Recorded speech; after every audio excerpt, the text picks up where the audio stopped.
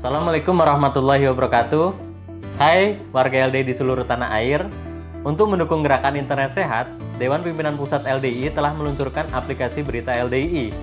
Aplikasi tersebut memudahkan siapapun untuk mencari informasi mengenai LDI dalam bentuk berita tulis maupun berita video. Untuk menginstalnya, buka Play Store pada ponsel Android Anda, lalu ketik aplikasi Berita LDI.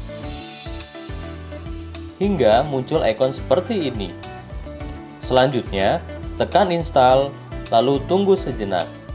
Setelah selesai, klik ikon Berita LDI pada ponsel Anda. Di dalamnya, Anda dapat melihat situs resmi LDI dan LDI TV.